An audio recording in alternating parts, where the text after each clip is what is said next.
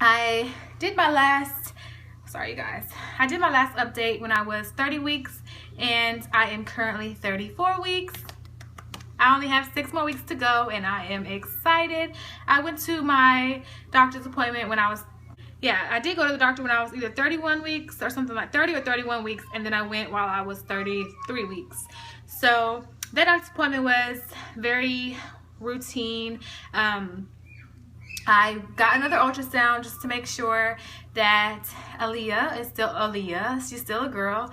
And we were joking saying maybe it's a boy and it's gonna we're gonna see something this time. But it's still a girl. She's definitely getting bigger. She's growing. So while I was at the doctor, I was like trying to get them to check me to see if they can see if the baby's dropped any or if I was dilated any, because lately for like the last couple days to a week now, I have been feeling so much pressure down there, and that's normal. She kept saying, she was like, they always ask you, are you feeling okay today? Is there any problems today? And I was like, well, there's a lot of pressure. And I was like, I think she's trying to get out. And she was like, girl, you will be okay. So they definitely don't like to check you unless there's like a reason to check, because they don't want to risk infection. If they don't have to touch down there or in there, then they won't. So I was like, well, when do you guys start checking? Because it's like it's painful. So she said, when I'm 36 weeks, then they'll do more tests just to make sure that everything's still healthy and everything with my body. They're gonna do like cultures, and then they'll check to see if I've dilated or anything like that. Okay, so I go back to the doctor on, what's this month? September 16th, and my mind goes blank so fast sometimes. Like I could be talking and then I'm like, I forget what I was saying. But yeah, so I go back to the doctor on September 16th. I go back and they will do probably another routine check, just check the heartbeat, my weight, and all that stuff. And then I'll start going weekly. And then the doctor said she's still head down. She's down there. And she was really active, just kicking and moving. My weight was really good this time, I guess you can say. Previously, I mentioned that I gained, I think, 6 pounds in 2 weeks, which was crazy. And when I stepped on the scale this time, I only gained 2 pounds from that last appointment. So I was very excited. I was like, phew, because I was getting a little insecure, but yeah, the weight was good. And then what else? My blood pressure was good. My blood pressure and stuff's always good. But lately, I don't know, I've also been feeling like my blood sugar drops, because like I need to snack on stuff more. So, and sorry if you can hear my kids, they're out there playing, but they're in their room playing. But anyway, so I try to just keep a lot of snacks with me, but I'm like, how much do I need to eat before I feel okay? Because like I'll eat breakfast and then I'll still, like 30 minutes to an hour later, I'll still kind of feel dizzy a little bit. And I know it's because it's hot as well, and I need to drink a lot of fluids. I'm guilty of forgetting to keep fluids in my system. My baby's calling me. He's so sick today, you guys. He looks so bad. But yeah, so I always forget to drink a lot of water and stuff and then the next day, yesterday, my stomach was kind of cramping. So I noticed that when I don't drink a lot of fluids or get enough water, that I start to cramp a little bit, and it's because I'm trying to get dehydrated. So I've been trying to hydrate myself, and today, like I'm telling you guys this now, but I still haven't had any water today. So other than that, everything's been good. So now I'm going to tell you guys some symptoms and discomforts and all that stuff that I've been having as well. 36 weeks, 34 weeks, I'm just so ready to get to the finish line. After 37 weeks, after my baby shower, really, I'm ready. I don't care. She can come anytime after my baby shower, because I'll be 36 weeks at that point, and a full term technically is 37 weeks. So I'm hoping to go into labor on my own this time, because I was always induced with my daughter I was induced, and then with my son I was going to get induced, but it just so happened that the day I was getting induced I went into labor on my own, but I was already in the hospital. So I'm hoping to do everything naturally, on my own this time, so that I can experience that, and then so that I can stay home until I just cannot bear it anymore, because I absolutely hate laying in the hospital bed and being hooked up to all that stuff. It drives me insane. So, but yeah, at this point I'm just ready for it to be over.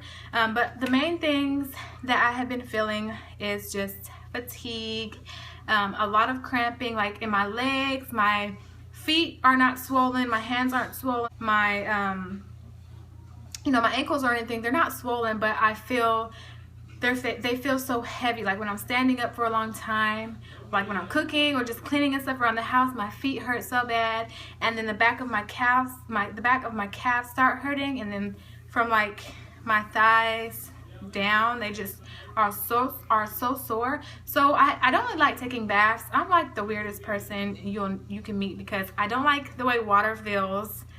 Like if I touch something and it's wet, I get grossed out, like, ooh. But I don't really like taking baths because I don't like to feel the tub.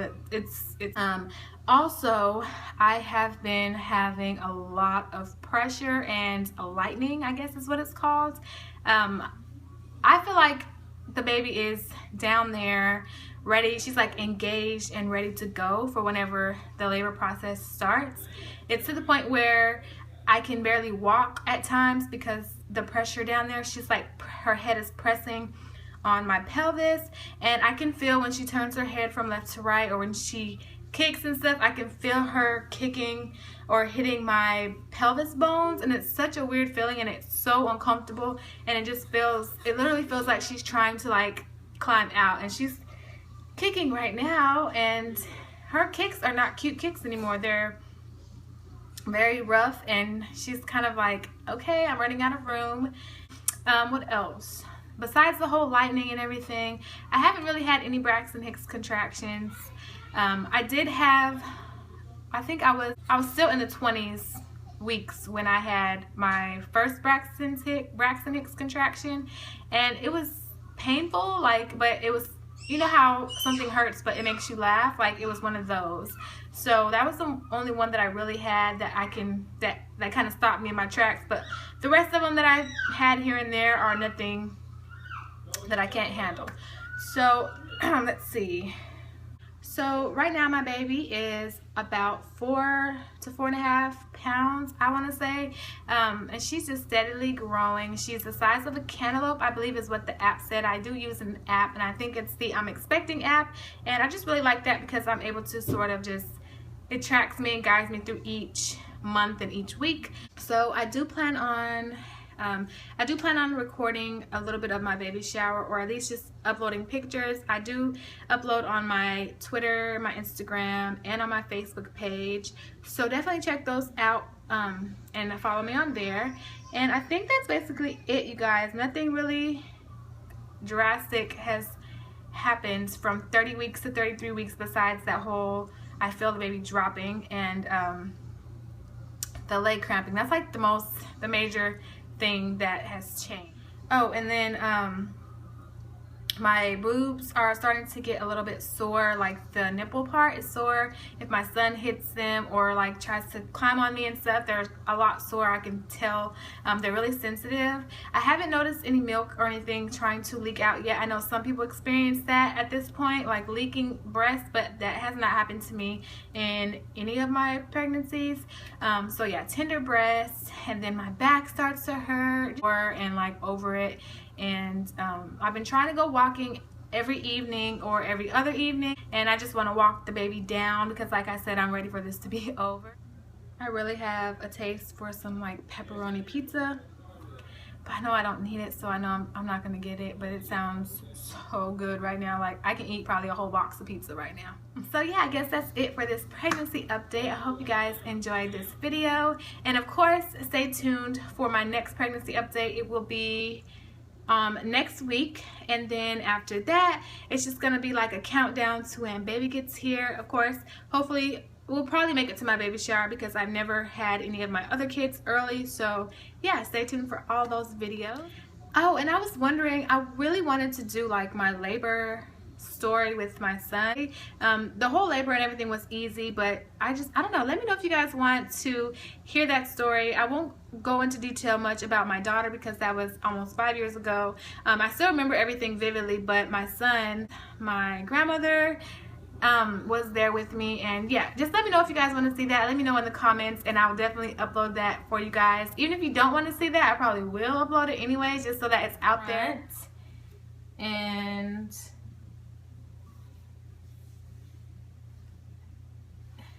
then from the side, this is my 34-week belly. And if you can tell, I don't know if you guys can tell, it's lopsided because she's over here. But yeah. I know I've talked about this product probably plenty of times, but I don't know if I've talked about it in relations to like stretch marks and stuff. So I use coconut oil, the organic